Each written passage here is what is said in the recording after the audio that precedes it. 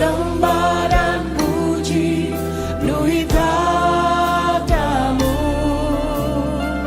Sembah dan puji penuhi tatamu. Sembah dan puji penuhi tatamu. Yesus Tuhan adalah Raja. Mari berikan tepuk.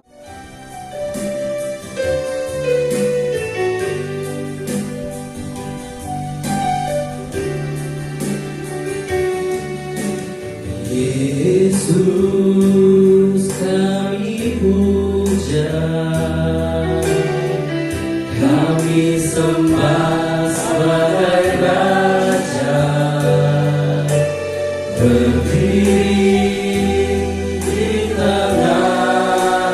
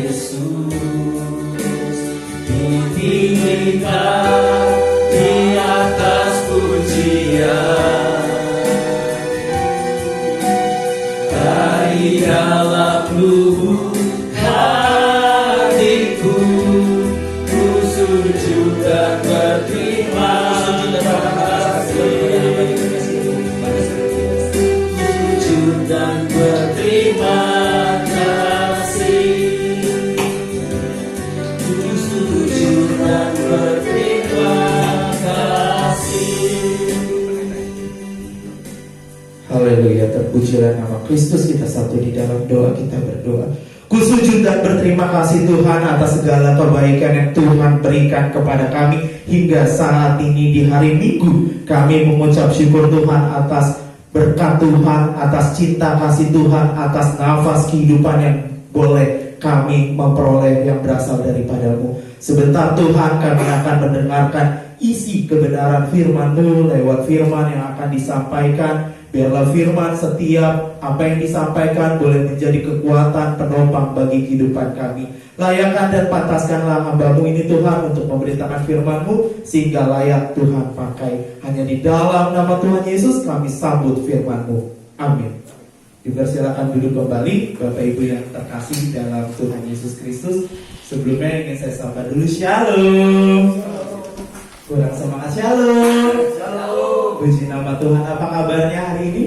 Luar biasa. Harus semangat, katakan luar biasa. Yesusku dahsyat. Amin. Ya. Sebelumnya akan saya perkenalkan diri dulu. Tak kenal maka tak sayang. Makanya kita di dalam Kristus harus saling mengasihi. Shalom Bapak Ibu, perkenalkan nama saya Bagas Praditya. Memang namanya agak sedikit kejawa-jawaan, Bagas. Saya adalah mahasiswa di STT Tiberias Jakarta saat ini. Dan untuk kesibukannya hari ini adalah bekerja, pelayanan, dan kuliah. Itu aja sih, gak ada kegiatan lain Bapak Ibu. Oke, kita akan masuk ke dalam firman kita untuk kesempatan hari ini. Hari ini adalah pembacaan dari kitab 1 Korintus pasal 15 ayatnya yang ke-33. Slide berikutnya. Kita akan membacanya secara bersama-sama. Kalau ada handphone boleh dilihat handphonenya atau langsung lihat di layar depan. Kita akan membacanya secara bersama-sama. 3, 2, 1. Janganlah kamu sesat. Pergaulan yang buruk merusakkan kebiasaan yang baik. Sekali lagi, janganlah kamu sesat. Pergaulan yang buruk merusakkan kebiasaan yang baik. Firman Tuhan untuk saat ini, amin. Di dalam 1 Korintus pasal 15 ayat yang ke-33. Slide berikutnya. Apa sih kira-kira yang akan diangkat untuk pembahasan kita pada hari Minggu ini, Bapak Ibu? Saya mengambil tema atau tema yang dikasih adalah bijaksana dalam memilih teman. Bijaksana dalam memilih teman. Kenapa sih harus bijaksana dalam memilih teman? Ini kita akan sama-sama membahas, dan isi firman itu apa sih kira-kira yang ingin disampaikan. Khususnya bukan hanya untuk yang muda aja, tetapi yang remaja, anak-anak, dan juga orang tua bisa memahami kenapa harus bijaksana di dalam milih pertemanan. Slide berikutnya. Nah, di dalam pertemanan itu biasanya ada yang namanya pergaulan. Pergaulan itu ada yang namanya bestie.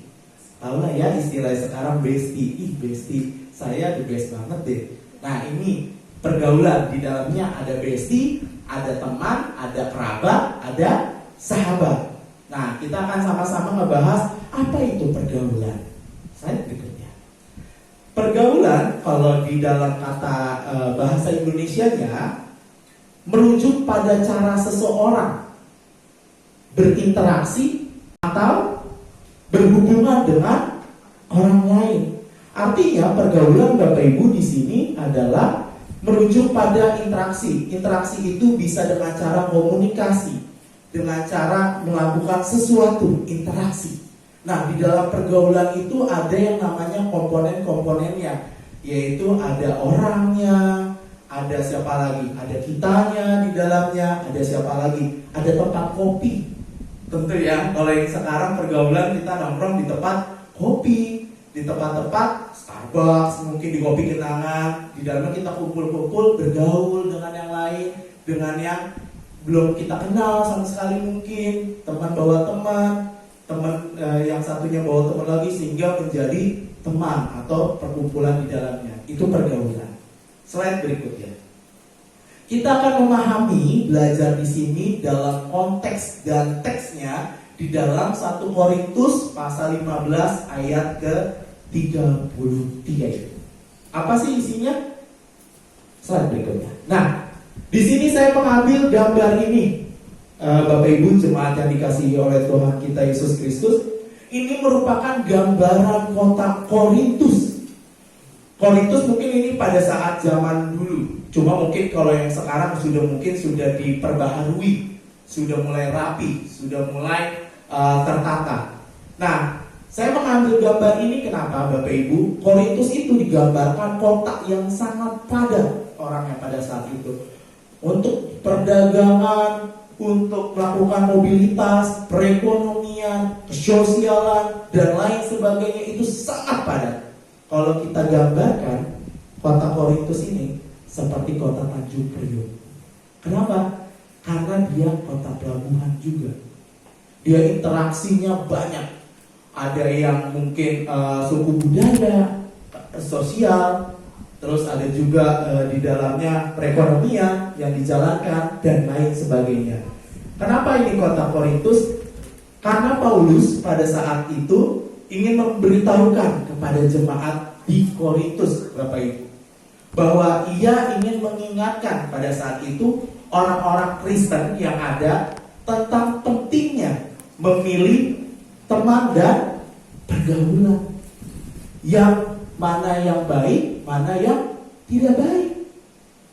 Dan di sini Paulus menekankan bahwa pergaulan atau hubungan dengan orang yang memiliki pengaruh yang buruk dapat mempengaruhi dan merusak kebiasaan serta perilaku yang baik. Kita lihat contoh belakangan ini Bapak Ibu di berita. Seorang anak perempuan, maaf ya, diperkosa oleh 4 orang temannya dan dibunuh. Pergaulan apa yang mereka lakukan? Apakah itu pergaulan yang baik? Apakah itu pergaulan yang bermutu? Apakah itu pergaulan yang memang mampu memberikan arah jalan yang terbaik untuk mereka? Ternyata tidak. Saya membacanya sangat miris berita-berita ini. Berita yang sangat viral. Setiap buka Google, TikTok dan lain sebagainya itu keluar dulu. Sampai saya baca-baca ternyata kasihan. Saya merasa sedihnya adalah itu teman dekatnya. Di sini kita mau sama-sama belajar. Paulus ingin menekankan sekali lagi, pergaulan yang buruk akan merusak yang buruk. Pergaulan yang baik justru menuntun yang baik. Di sini kita akan sama-sama belajar bahwa di dalam pergaulan itu, bagi untuk Bapak Ibu, orang tua, adik-adik dan semuanya, kita harus terlibat di dalamnya. Karena kenapa? Kalau kita nggak tahu yang namanya pergaulan, apalagi konteksnya anak zaman sekarang, milenial, yang sudah tahu arahnya sangat kemana. Tetapi harus kita kasih tahu juga batas-batas yang mereka harus lakukan. Belajar dari kejadian yang ada untuk kedepannya menjadi yang lebih baik. Dalam konteks ini juga Bapak Ibu, surat Paulus berbicara tentang dampaknya. Tentang dampak apa? Dari ajaran dan pergaulan yang salah dapat menggoyangkan iman dan keyakinan seseorang. Dengan kata lain, jika seorang bergaul dengan orang-orang yang memiliki pengaruh negatif, dia akan ngebawa ke yang negatif.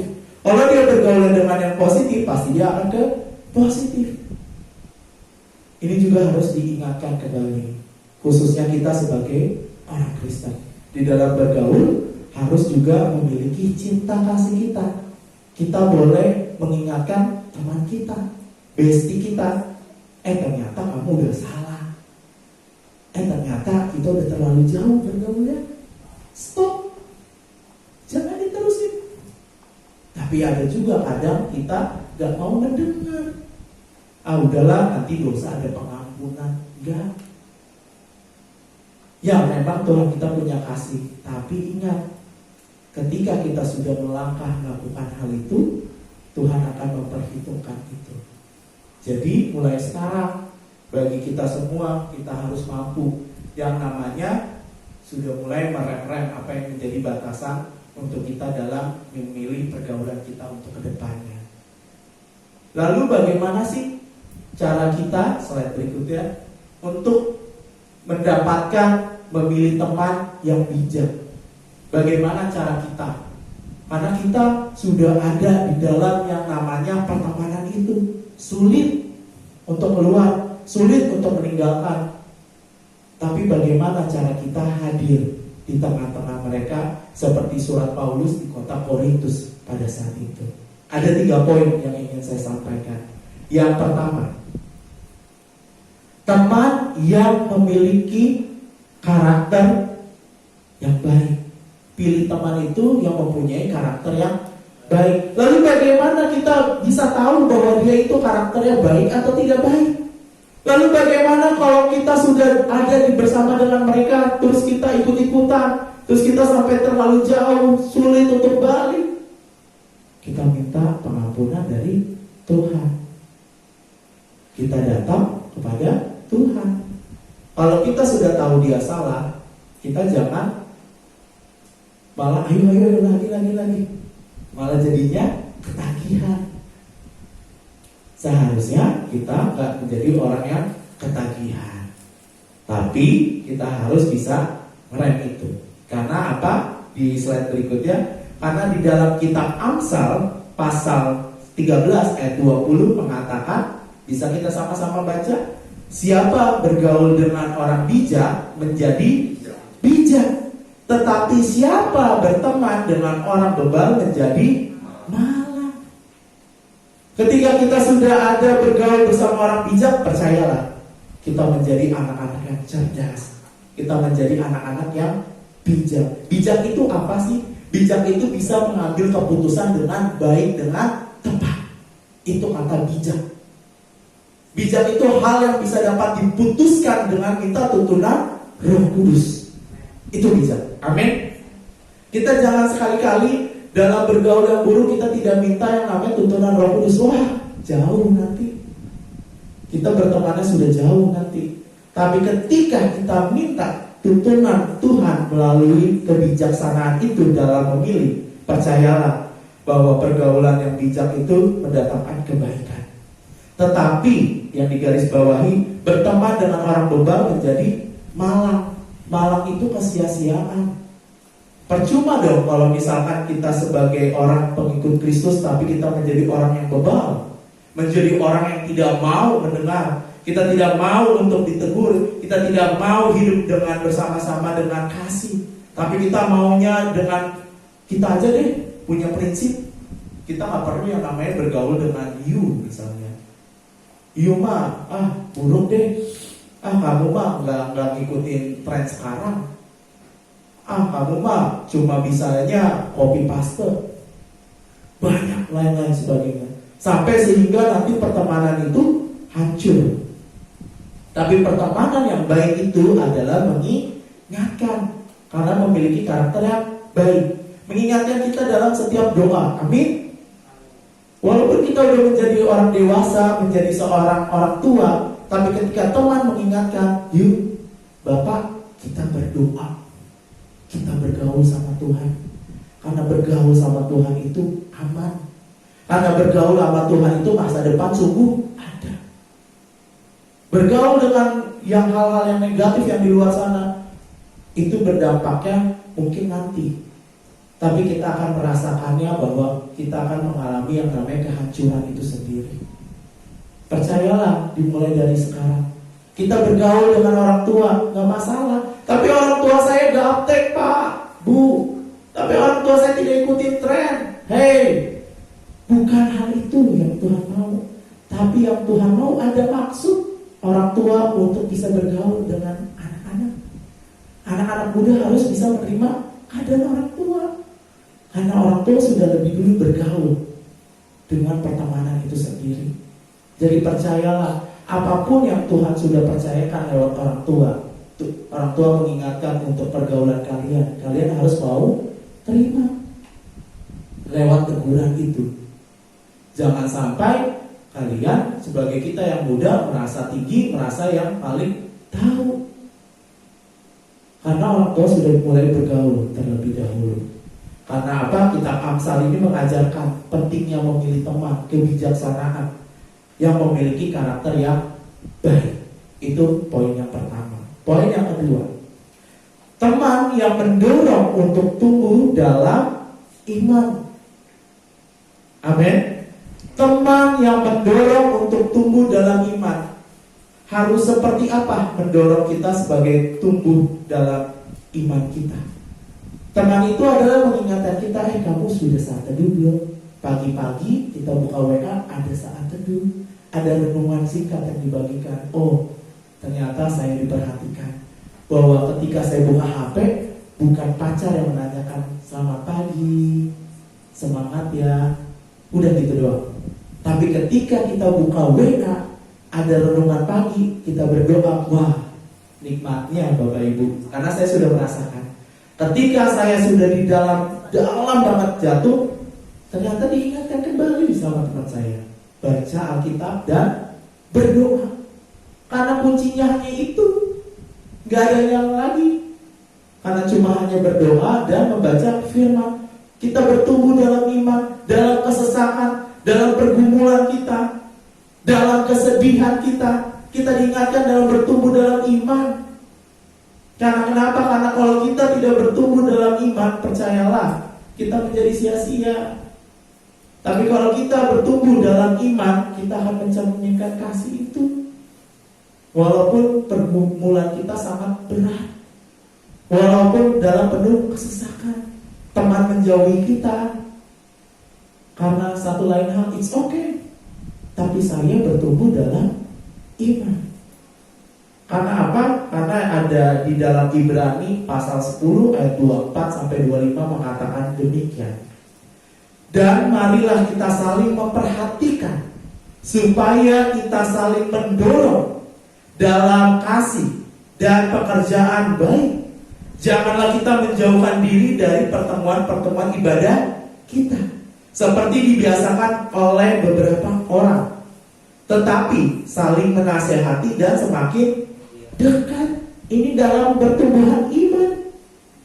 Ibrani menyatakan bahwa mari kita saling memperhatikan.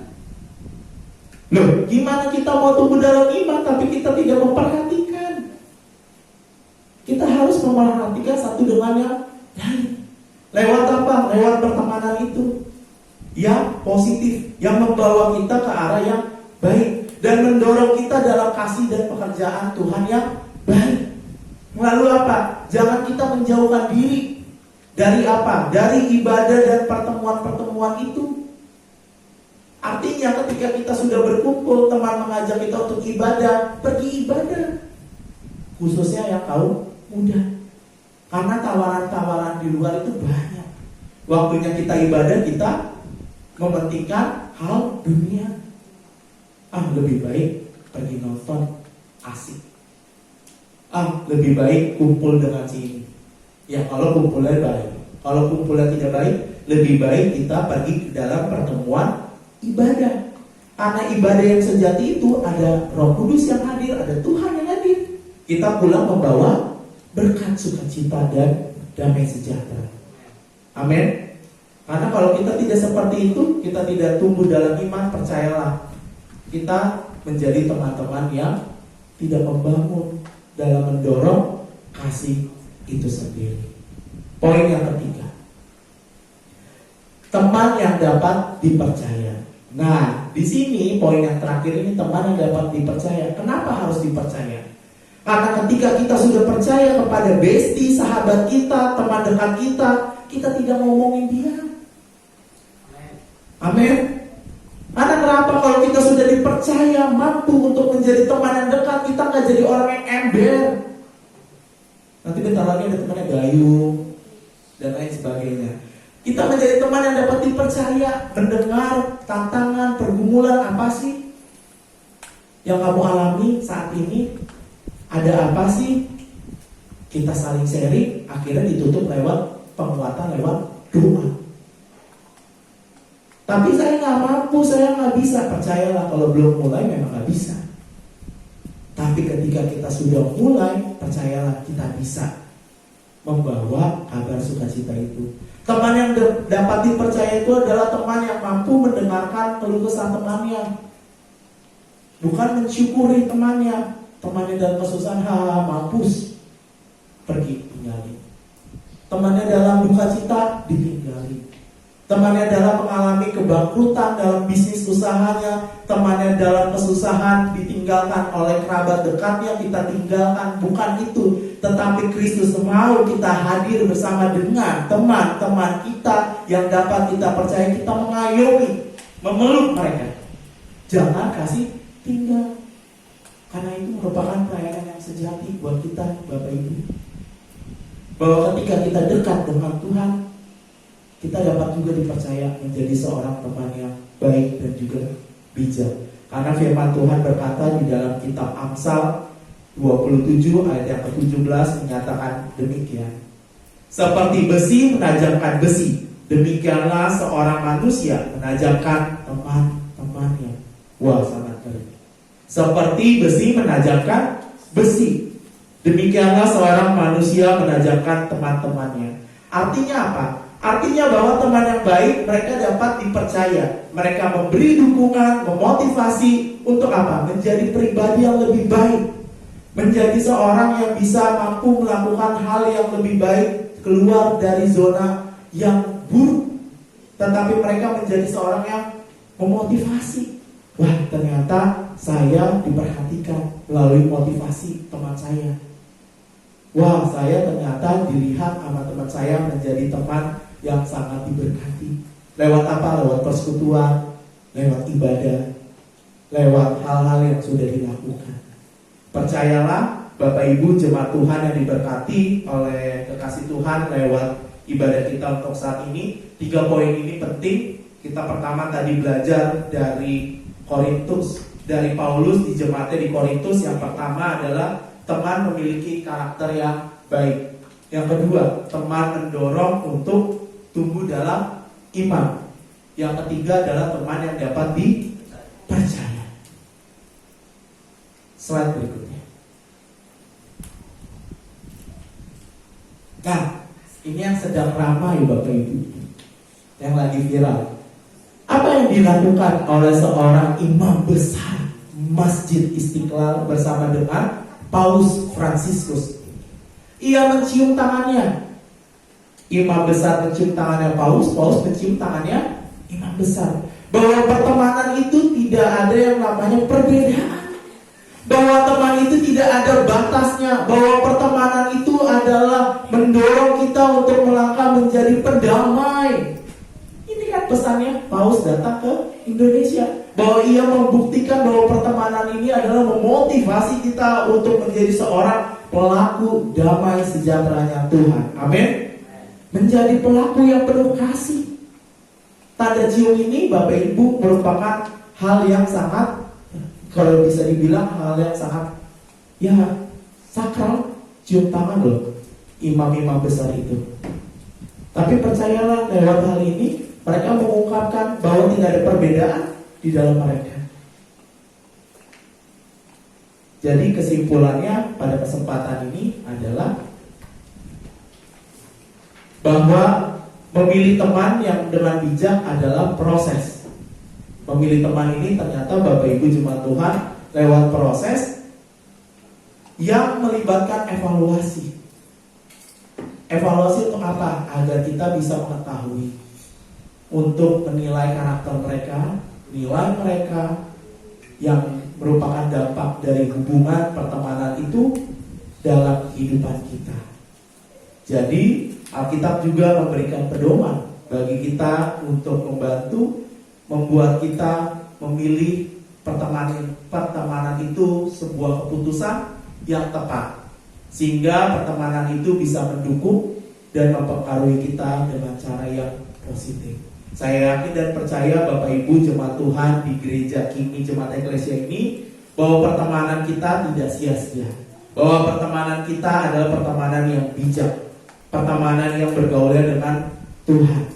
Saya berdoa untuk Bapak Ibu jemaat Tuhan di tempat ini, bahwa pertemanan kita tidak pernah sia-sia, tapi libatkan Tuhan dalam proses pemilihannya. Mungkin itu yang bisa saya sampaikan. Biarlah Roh Kudus menuntun kita untuk bisa memilih teman-teman kita menjadi teman-teman yang baik, sehingga kita boleh menjadi dampak bagi teman-teman kita sekalian. Demikianlah firman Tuhan. Terpujilah Kristus. Haleluya. Amin. Saya undang untuk tim pemusik dan juga WL untuk bisa maju ke depan. Saya undang jemaat Tuhan untuk bisa berdiri juga. Kita akan mengangkat pujian. Bukan dengan kekuatanmu ku dapat jalani hidupku.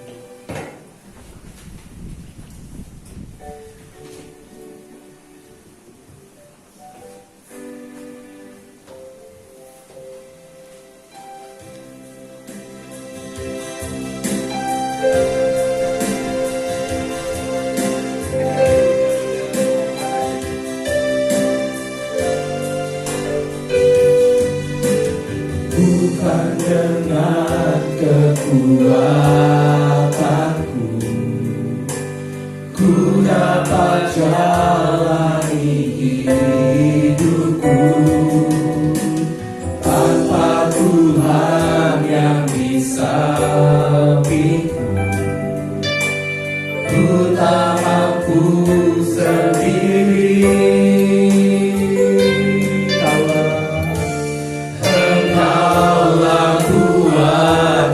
Yang menopangku,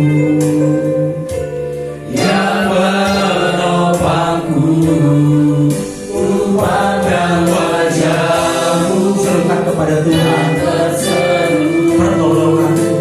pertolonganku datang dari-Mu, peganglah tangan, terus tangan Tuhan, jalan Tuhan, lepaskan. bahwa lewat pertemanan ini dalam hidupku. kita ulangi, bukan dengan kekuatan Bukan dengan kekuatan kita juga Tuhan, kami dimampukan. ku dapat Bukan dengan hebat kami ada di tempat ini. Kami hadirkan Tuhan di tempat ini dengan lebih sungguh. Kami meminta Tuhan hadir bersama dengan para kekasih Tuhan. Dari orang tua, anak, Tuhan berkati agar mereka bisa bijaksana memilih pertemanan mereka. Terima kasih Tuhan. wajah-Mu dan berseru, pertolonganku datang dari-Mu, peganglah tanganku, jangan lepaskan. Dalam harapan, dalam hidupku, Pandang wajah-Mu, pandang wajah-Mu, berseru, pertolonganku datang dari-Mu, peganglah tanganku, jangan lepaskan. Dalam harapan, dalam hidupku, Allah harapan.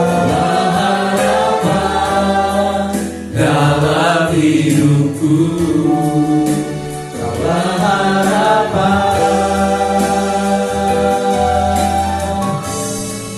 dalam hidupku. Beri kemuliaan bagi nama Tuhan Yesus Kristus. Kita berdoa. Bapa, kami mengucap syukur atas segala kebaikan Tuhan pada kesempatan baik ini. Terima kasih mengucap syukur atas firman-Mu. Sebentar Tuhan, kami sudah berhenti untuk berfirman. Biarlah firman yang tadi disampaikan boleh menjadi rema dalam kehidupan kami, untuk setiap kami. Pakai kami Tuhan untuk bisa bijaksana menjadi alat berkat Tuhan dalam pertemanan kami. Sebentar Tuhan, kami akan melanjutkan ibadah kami. Kiranya Tuhan tuntut kami. Dalam nama Yesus kami berdoa. Amin. Sedang jemaat Tuhan untuk silakan duduk kembali. Kita akan membacakan beberapa pengumuman bagi Bapak Ibu jemaat tim Efesia untuk ibadah minggu depan. Saya bacakan 15 September 2024 ibadah raya Kingme Eklesia. Untuk minggu depan akan disampaikan oleh pembicara Bapak Pendeta Jeki Ganda, kemudian WL-nya Ibu Dian, kemudian ada multimedianya saudara James, kemudian dari kameranya ada saudari Jennifer, kemudian ada pelayan kolektornya dari saudari Michelle, doa syafaatnya Ibu Dian. Untuk jemaat Bapak Ibu sidang jemaat eklesia untuk persembahannya, ada ibadah hidupnya diadakan 1 kali setiap bulan pada hari Sabtu pukul 14.00 jam 2 siang. Info selanjutnya dapat menghubungi Kakak Audrey di nomor telepon 0. Kemudian pengumuman selanjutnya bagi Bapak Ibu yang membutuhkan pelayanan, ada 6. Yang pertama ada pembaptisan, pernikahan, penyerahan anak, pembesukan, pemberkatan rumah, dan kedukaan. Dapat menghubungi Bapak Pendeta J.K. Ganda, nomor telepon yang tertera. Kemudian bagi Bapak Ibu atau saudara yang terpanggil untuk mendukung pelayanan bersama-sama di Kingmi Eklesia di gereja ini, dapat juga memberikan persembahan melalui transfer ke BNI cabang Universitas Trisakti Kampus B dengan nomor rekening 2023061101. Demikian pengumuman yang akan saya sampaikan. Untuk persembahan yang akan dijalankan sudah ada amplop, nanti boleh dimasukkan ke kotak depan setelah ibadah. Sama-sama sebelum kita doa syafaat dengan Bapak Pendeta J.K. Ganda, kita bawakan satu pujian, Betapa Hatiku Berterima Kasih.